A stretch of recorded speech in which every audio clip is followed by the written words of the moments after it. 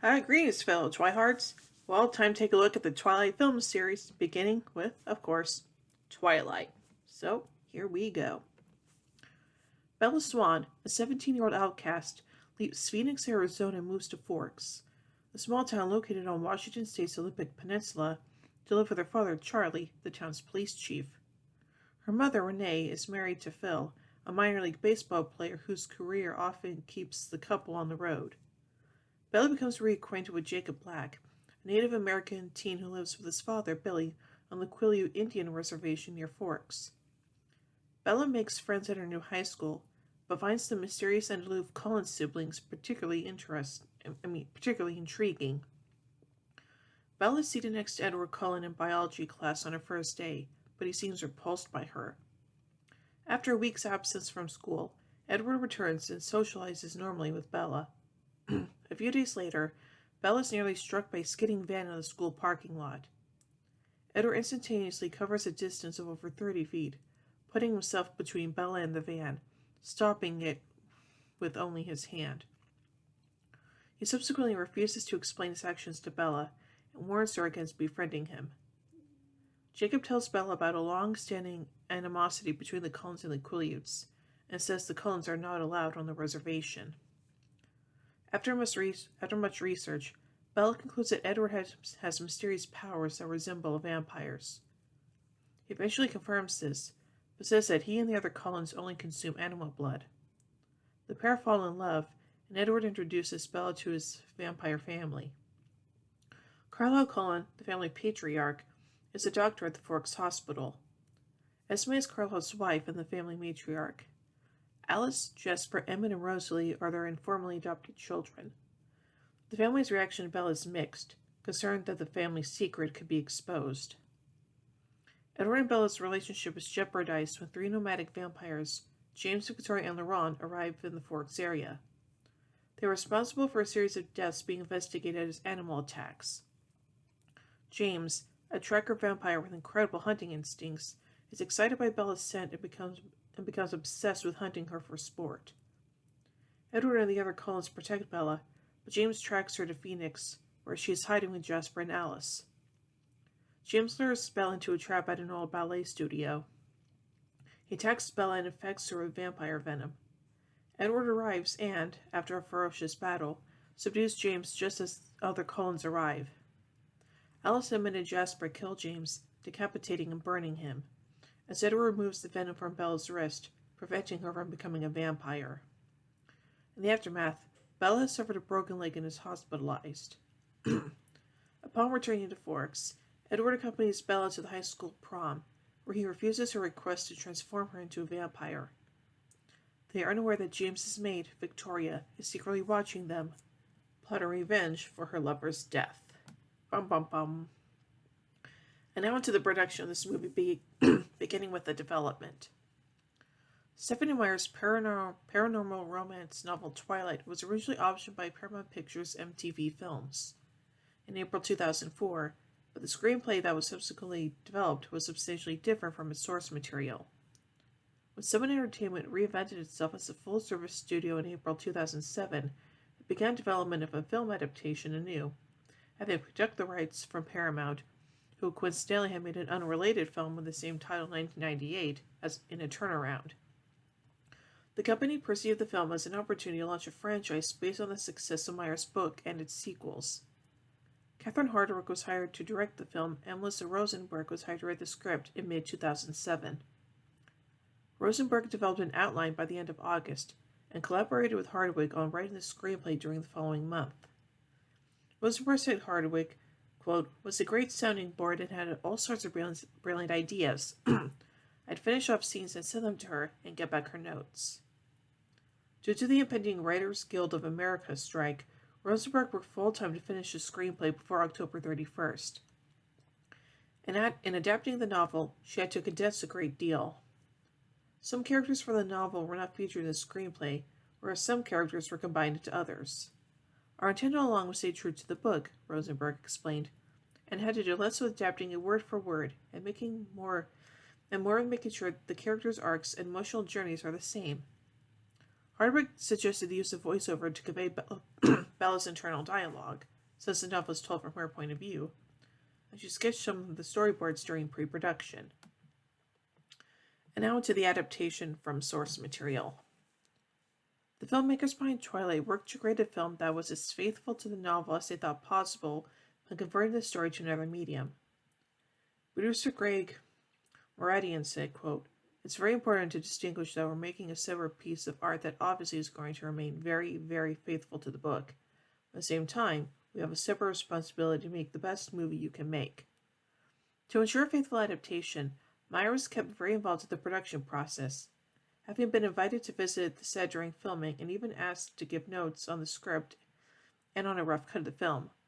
Of the process, she said, quote, "It was a really pleasant exchange between me and the filmmakers from the beginning, which I think is not very typical. They were really interested in my ideas, and they kept me in the loop and with the script. They let me see it and said, 'What are your thoughts?' They let me have input on it, and I think they took 90% of what I said and just incorporated it right into the script." Meyer fought for one in particular, one of the most well-known from the book about the lion and the lamb, to be kept verbatim in the film. I actually think the way Melissa Rosenberg wrote it sounded better for the movie, but the problem is that the lion is actually tattooed on people's bodies. But I said, if we take that one and change it, that's a potential backlash situation. Meyer was even invited to create a written list of things that cannot be changed for the film, such as giving the vampires fangs or killing characters who do not die in the book, that the studio agreed to follow.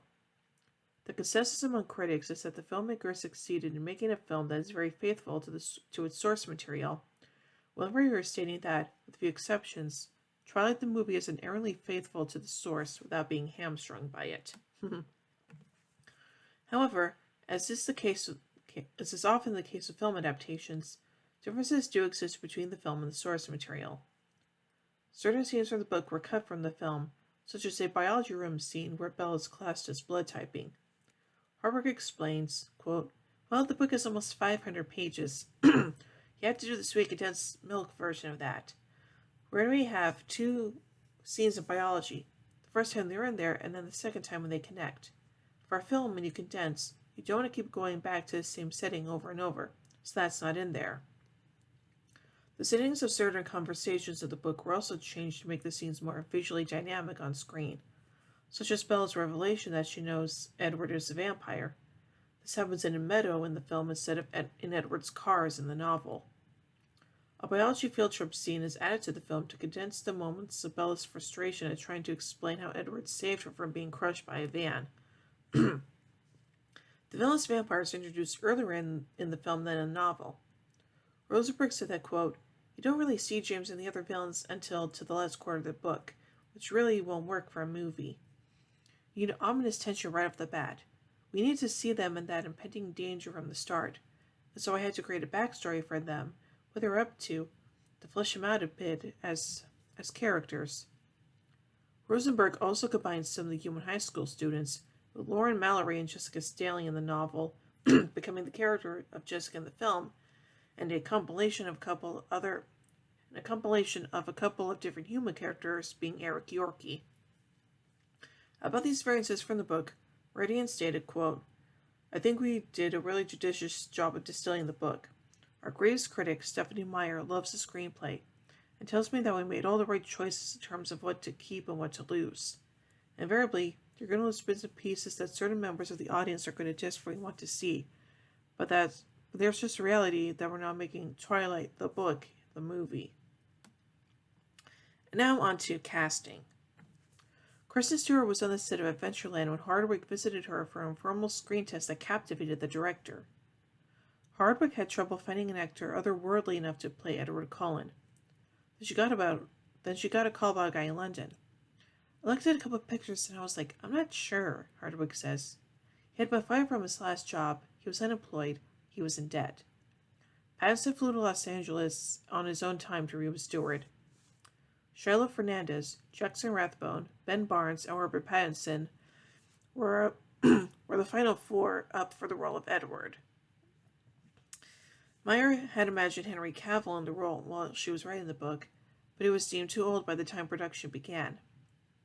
Hardwick did not initially choose Robert Pattinson for the role of Edward Cullen, but after an audition at her home with Stewart, he was selected. Hardwick said, quote, Chris was like, it's got to be Rob.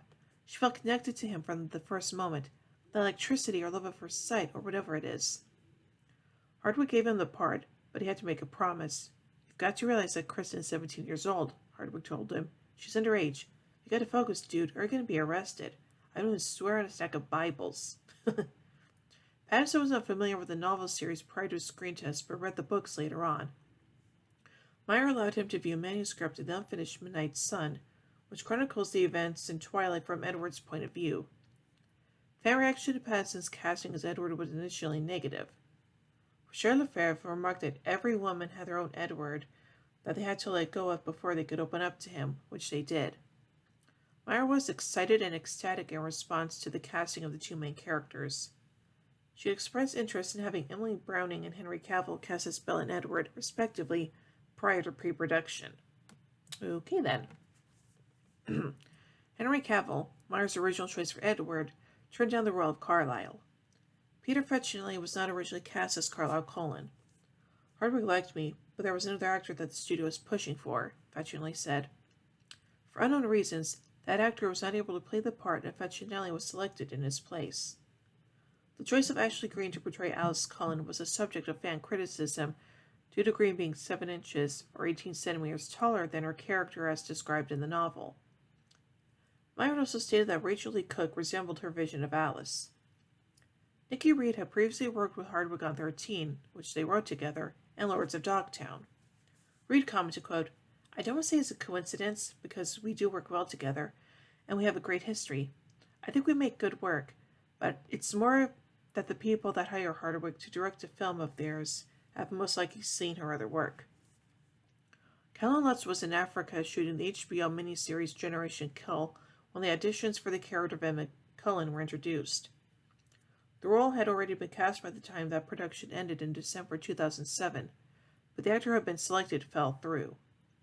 Lutz subsequently auditioned and was flown to Oregon, where Hardwick personally chose him. Rochelle Lefebvre was interested in pursuing a role in the film because Hardwick was attached to the project as a director. There was also the potential to explore a character, hopefully over 3 films, as she wanted to portray a vampire. She thought that vampires were basically the best metaphor for human anxiety and questions about being alive.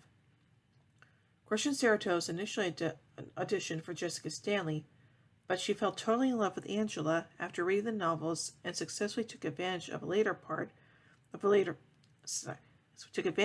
opportunity to audition for Angela Weber. The role of Jessica Stanley went to Anna Kendrick, when the part got who got the part after 2 mix and match auditions with various actors. And now on to filming and post-production. On a bed in Catherine Hardwick's house is where Pattinson kissed Stewart for the first time for the Twilight screen test.